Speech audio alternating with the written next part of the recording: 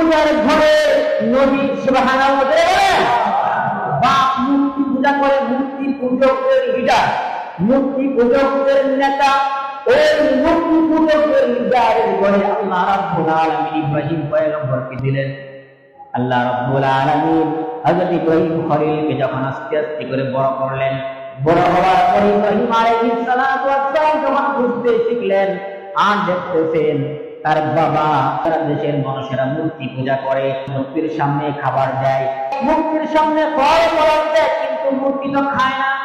আবার এবার আমি আসি, তাহলে মনে ভাবতেছেন মূর্তি আমার বানানে ওয়ালা হতে পারে না, মূর্তি আমার সৃষ্টিকর্তা হতে পারে না, মূর্তি আমার রিজিক হতে পারে না। ইব্রাহিম খলিল মনে মনে ভাবতেছি না, একজন সৃষ্টিকর্তা অবশ্যই আছে, সুবহানাল্লাহ। প্রতিদিন রাত্রে চিন্তা করেন সারা বিশ্বের মালিক